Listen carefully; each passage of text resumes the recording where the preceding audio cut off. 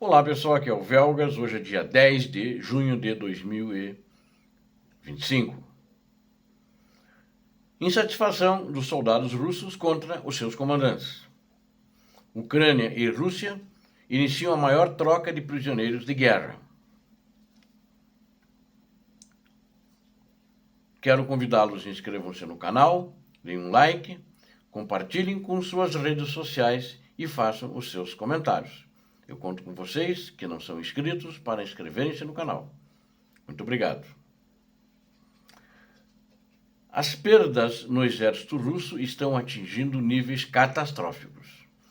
Nenhuma medida está sendo tomada para evitar isso. E tem aumentado a insatisfação dos soldados contra os seus comandantes, quer sejam comandantes generais, coronéis, majores, etc., capitães, etc. Com essa medida, existe uma possibilidade que não é descartado que pode haver uma revolta, porque está existindo uma tensão no meio da força russa. O Centro dos Estudos Estratégicos e Internacionais, CSIS, sediado nos Estados Unidos da América, ele confirma que as forças russas não conseguiram avanços efetivos em várias frentes na Ucrânia. Vocês vejam bem, isso é uma fonte segura, uma fonte independente e que não joga fake news, né? Então, ao contrário da Rússia, que diz que está numa região, como num dos vídeos anteriores eu falei que sobre Dnipropetrovsk, quando ainda não chegou lá, não conseguiu furar as defesas da Ucrânia ainda em Donetsk, na província de Donetsk, e diz que já está em Dnipropetrovsk, que seria a província que tem fronteira com a província de Donetsk. Então, mentem. Então eles disseram que capturaram em várias frentes, muito pouco, mas eles perderam quantidades significativas de equipamento em comparação com o exército ucraniano e sofreram baixas extremamente altas desde janeiro de 2024. Foi quando que acelerou o número de baixas dos russos, e justamente porque aí deu o desespero no ditador da Rússia, vendo que estão lá desde 2022, no início do ano, de fevereiro, e não conseguem avançar. Né? Eles estão avançando muito pouco, né? Ou nada. Né? Esse ano, praticamente, não avançaram nada. Apesar de alguns políticos e especialistas afirmarem que a Rússia tem todas as cartas na manga na guerra contra a Ucrânia, né? Tem até um muito poderoso americano que disse isso, que a Ucrânia não tem carta. E os dados disponíveis mostram que suas forças armadas estão demonstrando resultados muito fracos. As forças armadas da Rússia estão demonstrando resultados muito fracos no campo de batalha, falam eles. E eles fizeram para isso um relatório analítico. Esse relatório analítico foi escrito por especialistas em estratégia militar, ou seja, não são quaisquer pessoas, são gente que tem doutorado nessa área. Né? Então, um tal de Seth Jones e Riley McCabe, eles fizeram esse relatório, fizeram um estudo. E eles dizem que no verão de 2025, a Rússia vai ultrapassar um limiar assustador e terrível. Eu acho que agora vai ultrapassar a marca de 1 milhão de baixas. Né? Isso vai ultrapassar agora, daqui uma semana já vai dar 1 milhão de baixas. E os russos dizem que é mais, os russos não autorizados, os russos não oficiais. Né? E a marca de 1 milhão de baixas, isso demonstra o total descaso do ditador da Rússia pelas vidas dos seus militares. Para efeito de comparação, a Rússia perdeu 5 vezes mais soldados na Ucrânia do que em todas as guerras desde a Segunda Guerra Mundial. Que era uma guerra maior, mais ampla, e ele perdeu 5 vezes mais na Ucrânia. O número de mortes em pouco mais de 3 anos de guerra na Ucrânia é 15 vezes maior do que as perdas da União Soviética em 10 anos na guerra no Afeganistão. e é 10 vezes maior do que as perdas nas 2 guerras na Chechênia. Então ali eles estão pagando um preço alto para não serem vitoriosos. Isso dizem esses 2 especialistas americanos, doutores em estratégia militar.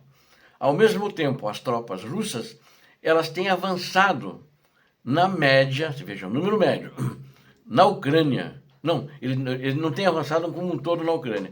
Eles avançaram na região de Kharkiv, de uma maneira muito lenta, 50 metros por dia. Né? 50 metros por dia. Imagine o que é 50 metros por dia, multipliquem por 30 dias. Né? E muitas vezes eles tiveram que recuar mais do que avançaram pelas contraofensivas do exército ucraniano. Então essas são o demonstrativo estudo acadêmico sério feito por essas 2 importantes figuras especialistas. Né? Durante a Primeira Guerra Mundial, quando as tropas francesas avançavam 80 metros por dia, então eles estão avançando menos do que isso na do que na Primeira Guerra Mundial. Eles conseguiram menos de 1% do território ucraniano, eles não deram o número exato, mas deve ser aí 0,8%, né, do território ucraniano, que se limita às regiões de Donetsk, Luhansk e Kharkiv. Então são ganhos muito pequenos, ou seja, se eles vamos arredondar para 1%. Se isso eles disseram que é de janeiro até agora em junho, né? E se você pegar 1%, vamos somar aritmeticamente, 1 mais 1, 2%. Se eles avançarem por mês 2%, eles vão chegar quando em Kiev? Eles vão chegar quando para pegar toda a Ucrânia? Daqui a 50 anos, daqui a 100 anos? Então é um exército que está, de fato, depredado. Né? Então eles não estão conquistando nada. E eles tinham conquistado, na primavera de 22, um número maior, e a Ucrânia liberou. O que eles conquistaram e mais um pouco que eles conquistaram em 2014, ela liberou a Ucrânia em 2 meses de contra-ofensiva contra eles, mais de 50 mil quilômetros quadrados, dizem eles. A Rússia sofreu perdas significativas de equipamentos em terra, no ar e no mar. Em particular, desde o início do ano passado, perdeu aproximadamente 1.149 veículos blindados de infantaria, desde o ano passado.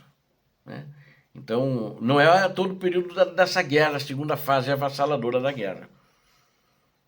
3.098 veículos de combate de infantaria. Esses blindados que eu falei, 1.149 blindados de combate, são os tanques de guerra, tá? Para unificarmos o entendimento. 300 unidades de artilharia autopropulsada, 1.865 tanques, né? Além disso, as perdas de... Não, tanques são 1.865. Aqueles blindados que eles colocaram aqui, não sei em que categoria são, me desculpem pela falha aqui. Além disso, as perdas de equipamentos da Rússia excedem significativamente as da Ucrânia, em uma proporção de 5:1.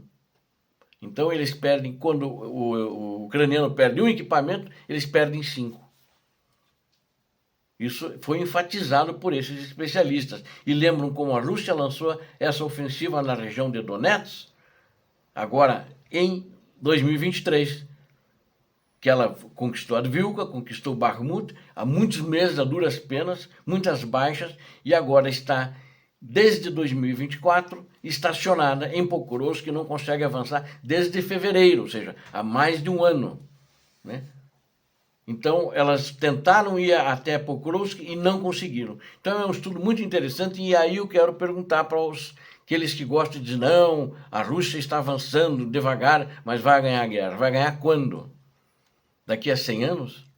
Vai aguentar? Ela não aguenta no que vem a guerra. Essa guerra acho que vai se prolongar esse ano, mas no ano que vem, em algum ponto, ela vai colapsar, e aí vai parar na marra.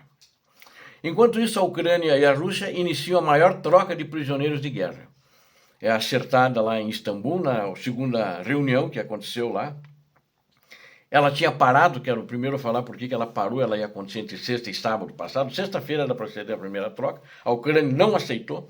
porque ela recebeu, ela manda as listas antes e recebe as listas também. Aí quando ela viu as listas da Rússia, tinha prisioneiros que eles diziam que iam mandar para a Ucrânia, mas que já estavam na Ucrânia. Eram de trocas anteriores. E prisioneiros que não eram prisioneiros, já foram enterrados, inclusive, e eles colocaram na lista. Então não era uma coisa legal. E também identificaram alguns nomes de alguns corpos que não eram ucranianos, que eram do exército ucraniano, que eram, na realidade, russos, do exército deles. Aí a Ucrânia devolveu as listas, aí vieram atualizados, conferiram e agora, então, iniciou-se a tropa. Não é porque a Ucrânia não quis, não é pelas mentiras que eles falavam, porque a Ucrânia não quer pagar pensão para as viúvas. Besteira. Quem faz isso é o Putin, né? Então fizeram essa troca, é o início da troca. Não tem uma confirmação do número que foi trocado, tanto de corpos quanto de soldados que foram trocados. O importante é que eles estão voltando do cativeiro, próximos às cidades onde eles estavam voltando de ônibus, né? Ônibus que o governo ucraniano contratou, e os civis já esperavam nas estradas e saudavam, né? É uma coisa positiva, né? E eles estão sendo devolvidos dessa vez. Feridos, gravemente feridos, e também soldados menores de 25 anos, mesmo que não estejam feridos nessa primeira etapa agora. E vão ter mais etapas, é a maior troca de prisioneiros. Na reunião em Istambul, eles disseram que é em torno de entre 5 a 6 mil prisioneiros. É para limpar tudo, né? Tudo que tem, não vai ficar nada para lado nenhum. Então essa é a situação no teatro de operações da troca de prisioneiros. Obrigado a vocês que assistiram a esse vídeo, conto com vocês, inscrevam-se no canal, deem um like, compartilhem com as suas redes sociais, façam seus comentários. Você que não é inscrito, inscreva-se, eu conto com você. Aqui você viu a verdade. Muito obrigado. Deus abençoe vocês, Deus abençoe a Ucrânia, Deus abençoe o Brasil. Paz e bem, paz para toda a humanidade.